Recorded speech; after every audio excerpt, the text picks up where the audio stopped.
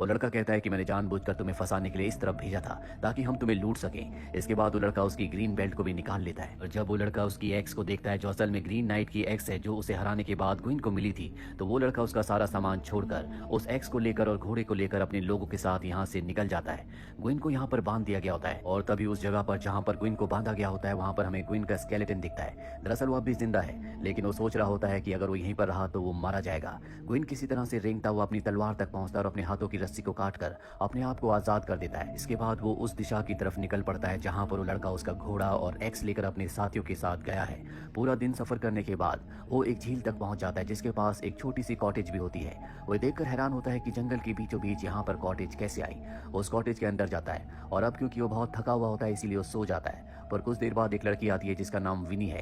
वो ग्विन को उठाती है। ग्विन कहता है कि मुझे माफ कर दो, मैं थक गया था, मैं अपना रास्ता खो बैठा हूँ इसीलिए मैं यहाँ पर आ गया था। वो लड़की कहती है कि मैंने भी अपना कुछ खोया है और इसके बाद वो हवा में तैरते हुए उसकी तरफ आ रही होती है जिससे ग्विन समझ जाता है कि ये कोई आत्मा है। इन्हीं ग्विन को अपने साथ झील के पास लेकर जाती है और उसे बताती है कि बहुत सालों पहले यहाँ पर एक किंग आया था जिसने मेरे साथ जबरदस्ती करने की कोशिश की, लेकिन मैंने हार नहीं मानी, इसीलिए उसने मुझे मार दिया और मेरे सर को झील के अंदर डाल दिया। तुम्हें मेरे सर को वापस लाना होगा। ग्विन उसके कहने पर झील के अंदर जाता है जहाँ उसे उसका स्कल मिल जाता है। वो झील से बाहर आता है तो देखता है कि वहाँ पर विनी की आत्मा नहीं है, वहाँ पर एक फॉक्स है जिस फॉक्स को वो पहले भी देख चुका है। और जब वो फॉक्स देखती है कि ग्विन बाहर आ गया है तो चुपचाप वहाँ से चली जाती है। ग्विन विनी के स्कल को लेकर अंदर आ जाता है जहाँ पर वो बेड पर देखता है कि विनी का स्केलेटन है जहाँ खुद वो कुछ देर पहले सोया था। और तभी स्केलेटन उससे बताता है कि ग्रीन नाइट तुम्हारी जान पहचान का ही कोई है। अब सुबह भी हो जाती है जिसके बाद वो स्कल को विनी की बॉडी के यानी कि स्केलेटन के साथ जोड़ देता है और तभी वो देखता है कि कमरे में ग्रीन नाइट की एक्स है। वो उस एक्स को उठाकर एक बार फिर से अपना सफर शुरू करता है। वो लगातार आगे बढ़ता चला जाता है और जब वो एक गुफा में आराम करने के लिए बैठता है वहाँ उस गुफा में भी फॉक्स आ जाती है जो लगातार उसका शुरू से सफर में पीछा कर रही थी। हालांकि ग्विन उसे भगाने की कोशिश करता है लेकिन वो नहीं भागती, जिसके बाद ग्विन उसे अपने पास बुला लेता है और इन दोनों की दोस्ती हो जाती है। कुछ देर बाद ग्विन एक बार फिर से अपना सफर करता है। ये दोनों के दोनों एक चट्टान तक पहुंचते हैं जहाँ पर ग्विन बड़े बड़े जाइंट्स को देखता है। ग्विन उनसे कहता है कि आप मुझे अपने कंधे पर बिठाकर आगे छोड़ सकते हैं। तभी एक जाइंट उसके पास आता है और वो ग्विन को उठाने वाला होता है कि फॉक्स सामने आ जाती है। फॉक्स जोर जोर से चिल्लाने लगती है जिस वजह से वो जाइंट वहां से चले जाते हैं। ग्विन फॉक्स के साथ अब एक दूसरे रास्ते से आगे बढ़ता है लेकिन वो बहुत ज्यादा थक चुका है, उसके अंदर चलने की हिम्मत नहीं है। लेकिन तभी वो सामने एक कैसल को देखता है। ग्विन हिम्मत करके कैसल तक पहुंचता है लेकिन कैसल के गेट पर ही वो बेहोश हो जाता है। जब उसे होश आता है तो उसके सामने कैसल का राजा होता है जो ग्विन को बताता है कि मैंने तुम्हारी कहानी सुनी है, किस तरह से तुमने ग्रीन नाइट को हराया था, मैं तुम्हारा बहुत बड़ा एडमायरर हूँ। इसके बाद राजा ग्विन को अपने साथ ले जाता है जहाँ पर वो ग्विन को अपनी मॉम से मिलवाता है जिन्होंने अपनी आंखों में पट्टी बांधी होती है। साथ ही यहाँ पर राजा अपनी रानी से भी ग्विन को मिलाता है जिसे देखकर ग्विन हैरान हो जाता है क्योंकि उसकी शक्ल हूबहू उसी की लवर एसन की तरह होती है। ग्विन यहाँ से निकलना चाहता है क्योंकि जल्द से जल्द वो ग्रीन चैपल पहुंचना चाहता है। राजा उसे कहता है कि ग्रीन चैपल यहाँ से कुछ ही घंटों की दूरी पर है और क्रिसमस में अभी 4 दिन बाकी है, इसलिए तुम्हें यहाँ पर आराम करना चाहिए और क्रिसमस की सुबह तुम यहाँ से ग्रीन चैपल के लिए निकल पड़ना। ग्विन उनकी बात मान जाता है पर राजा की जो रानी होती है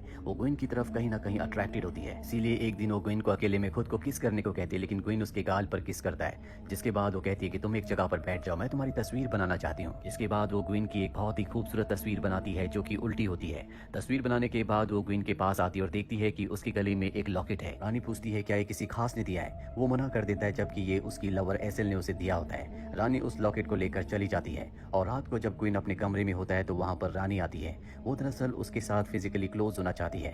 रानी कहती है कि अगर तुम मेरी इच्छा को पूरा करोगे तो मैं तुम्हें तुम्हारी ग्रीन बेल्ट दे दूंगी। ये वही बेल्ट होती है जो ग्विन की मॉम ने उसकी प्रोटेक्शन के लिए उसे दी थी और कहा था कि इसे कभी मत उतारना, पर जंगल में वो लड़का इस बेल्ट को लेकर चला गया था और अब रानी उसे बेल्ट वापस दे देती है। इसके बाद वो उसके करीब आती है लेकिन ग्विन उसके साथ कुछ भी नहीं कर पाता।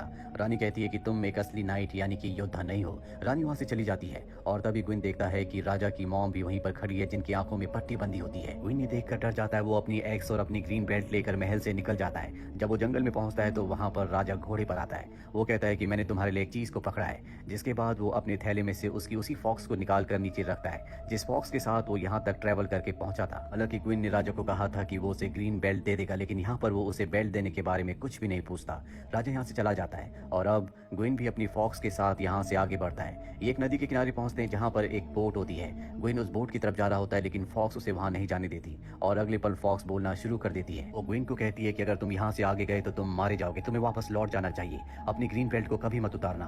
ग्विन उसकी बात नहीं मानता और वो फॉक्स को भगाकर खुद उस रास्ते से नाव से आगे बढ़ जाता है। कुछ ही देर बाद वो ग्रीन चैपल पहुंच जाता है। जब वो अंदर जाता है तो देखता है कि ग्रीन नाइट सोया है क्योंकि अभी क्रिसमस आने में एक और दिन बाकी है। वो एक दिन तक इंतजार करता है। वो ग्रीन नाइट की एक्स को उसके सामने सामने रख देता है। अगली क्रिसमस की रात को ग्रीन नाइट जाग जाता है क्योंकि वो सिर्फ क्रिसमस की रात को ही जागता है। जिसके बाद वो अपनी एक्स को उठाता है और कहता है, तुम्हें खेल याद है कि नहीं? पिछली बार मैं तुम्हारे सामने झुका था और इस बार तुम्हें मेरे सामने झुकना होगा। ग्वेन उसके सामने झुक जाता है और इससे पहले कि ग्रीन नाइट अपनी एक्स से उसके सर पर प्रहार करता, ग्वेन डर कर पीछे हट जाता है। ऐसा 3 बार होता है। ग्वेन मरना नहीं चाहता, इसीलिए यहाँ से भागकर वापस अपने राज्य आ जाता है। यहाँ उसकी मॉम उसके जख्मों का इलाज करती है। अभी उसने अपनी मॉम की दी हुई हरी बेल्ट को पहना हुआ होता है। इसके बाद वो अपनी लवर एसेल के पास जाता है, जहाँ पर ये दोनों एक दूसरे के बहुत करीब आ जाते हैं। कुछ ही वक्त बाद उसके अंकल जो कि किंग है, उनकी मृत्यु हो जाती है और उनकी मृत्यु के बाद वो किंग बन जाता है। साथ ही उसकी लवर एक बच्चे को जन्म देती है जो कि क्वीन का ही बच्चा है। वो अपने बच्चे को वहाँ से ले आता है, लेकिन वो एसेल को नहीं अपनाता। जिसके बाद वो एक दूसरी राजकुमारी से शादी कर लेता है। कई साल बीत जाते हैं। क्वीन का बेटा बड़ा हो चुका है, लेकिन राज्य में जब युद्ध की स्थिति आती है तो क्वीन अपने बेटे को भी उस युद्ध में ले जाता है जहाँ पर उसकी मृत्यु हो जाती है।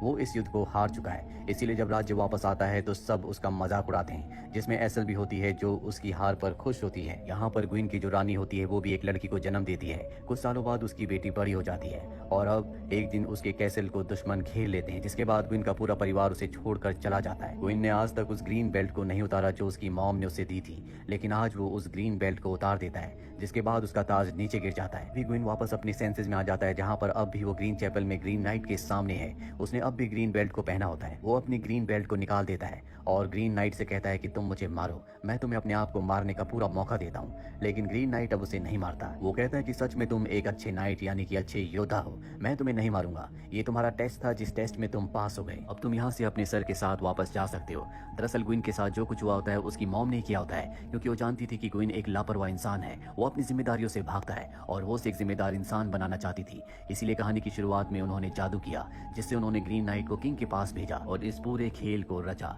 जिस खेल में क्वीन अब पास हो चुका है। इस पूरी जर्नी के दौरान उसने बहुत कुछ सीखा है, इसीलिए अब वो एक बहादुर इंसान के साथ जिम्मेदार इंसान भी है। इसी के साथ ये कहानी यहीं पर खत्म हो जाती है। उम्मीद करते हैं कि ये कहानी आपको पसंद आई होगी।